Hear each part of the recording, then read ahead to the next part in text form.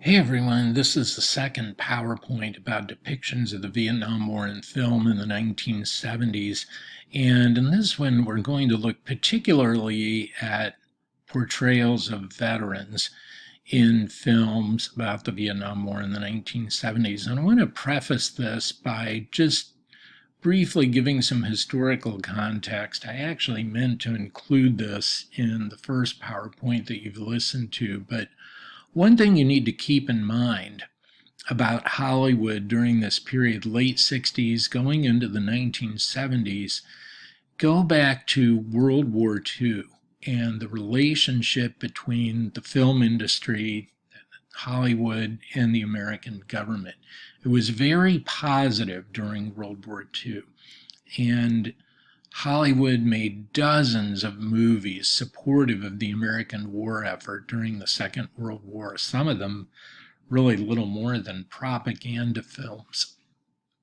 That great relationship changed with the advent of the Cold War after World War II and concerns about communist infiltration here in the United States led to investigations of Hollywood, particularly by an entity, the House Un-American Activities Committee. And so the relationship between government and the film industry became very hostile. There were dozens of actors, directors, screenwriters who didn't cooperate with these investigations, who ended up being blacklisted, meaning they were blocked from working. In some cases, people were even deported from the United States. So the 1950s was a very tense period for Hollywood. Plus, during that decade, the film industry was losing viewers to television. Weekly movie attendance dropped steadily throughout the 1950s as more people were staying home and watching TV. So coming into the 1960s, Hollywood was recovering from all of that. There was a tentativeness in Hollywood. There was a reluctance to confront subjects that were too controversial. It took Hollywood a number of years to even start dealing with the issues of race and the civil rights movement in the 1960s. And the same is true with the Vietnam War. So that's one of the reasons why you don't have many films made about the Vietnam War when it's going on.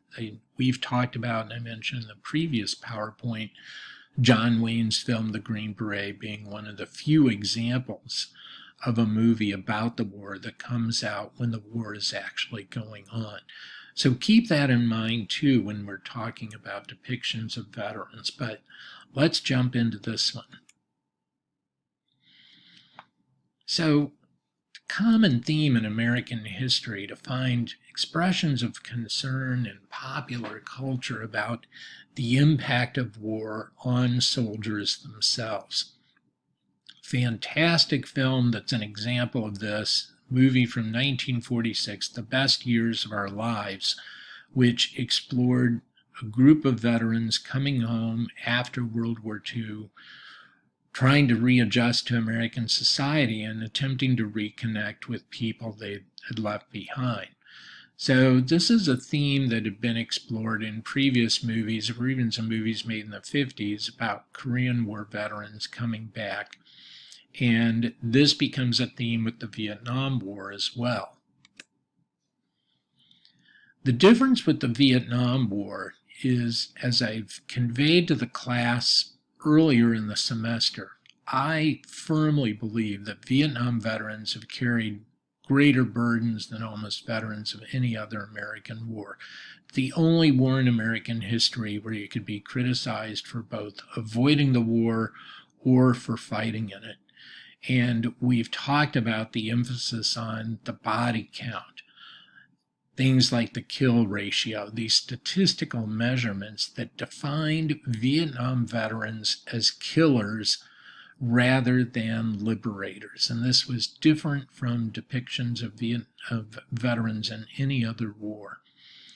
And so one of the peculiar things about depictions of Vietnam veterans, and this starts while the war is going on, is that very early they are presented as threats to society. And we're going to look at some examples of this in the next slide. It's really strange that you think about what I've said, that there weren't many movies made about the Vietnam War itself while it was going on. And yet, very early in the war, as early as 1965, I mean, this is the year that Lyndon Johnson is still transitioning it to a full-scale war, you already have a movie come out, this film Motorcycle, in 1965, which establishes a theme which other films are going to exploit of having Vietnam veterans join motorcycle gangs and terrorizing people.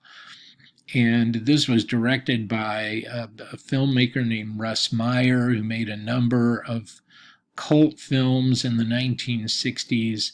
But Motorcycle is probably the first example of Vietnam veterans being depicted as threatening to American society. Targets, another film, 1968, that starts with a Vietnam veteran killing his wife and his mother and going on an expanded killing spree after that. You see the picture from an early 70s film, Welcome Home, Soldier Boys. The actor second from the left with the weapon raised over his head, Joe Don Baker, became something of a star in the 70s, appearing in a movie, Walking Tall, a couple police series on television later. This was a film about a group of veterans who get together for a road trip and encounter some problems in a small town along the way and pretty much decide to destroy the town. But again, this idea of unstable veterans being a threat to society. And Martin Scorsese's film Taxi Driver, with Robert De Niro playing the highly disturbed character Travis Bickle, that came out in 1976. These are just a few of many examples of movies. And again, I can't emphasize enough how bizarre this is, that this begins so early in the war, presenting veterans as a threat, and it continues well into the 1970s. So in the midst of that, the movie Hearts and Minds, a documentary that won Oscar for Best Documentary in 1974, is important, and you're watching a clip from that, the sequence where you'll see, for discussion purposes this week, an interview with General William Westmoreland and an interview with a veteran, a pilot named Randy Floyd, that you'll be watching and commenting on. And so this film is important because it interviewed several veterans in the course of the movie and gave them the chance to talk about their experience. One of the first films that gave voice to veterans at a time when veterans were beginning to write their memoirs to get their stories out as well. One of the first really serious films to look at that I call the human cost of the war was by a director named Hal Ashby, a film called Coming Home that was released in 1978, starring Jon Voight, Jane Fonda. Bruce Dern was in this movie as well. Jane Fonda plays a woman who starts doing volunteer work at a veterans hospital where she meets Jon Voight, a veteran paraplegic who's extremely embittered about the cost of the war for him personally, and they develop a friendship that turns into a romantic relationship, which causes problems because Jane Fonda's character is married. Bruce Dern plays her husband, who's a soldier in Vietnam during this part of the film, and when he comes home, there are predictable complications, as you can guess. But it's a film, some aspects of it are a little bit dated now, but it has some extremely powerful sequences, and one in particular I like to use in class that I was unable to find online, but it's worth watching, as I said, for its attempt to deal sensitively with issues of Vietnam veterans readjusting to American society. That opened the door for a couple other serious films about the Vietnam War in the 1970s. Director Michael Cimino's film The Deer Hunter from 1978, which was hailed at the time, won 5 Oscars. This film has not aged well, I would argue. Not all film critics agree with me, but there are a lot of things about this movie that I don't think hold up very well. First half of this film, I think, is still brilliant, depicting these working class guys from this Pennsylvania steel town, what their lives are like, and how they end up in the Vietnam War. The depiction of Vietnam in this film is one that presents the country as just this corrupt cesspool that in turn adversely affects the Americans who were there. Doesn't really at all look at the impact of Americans on the country of Vietnam.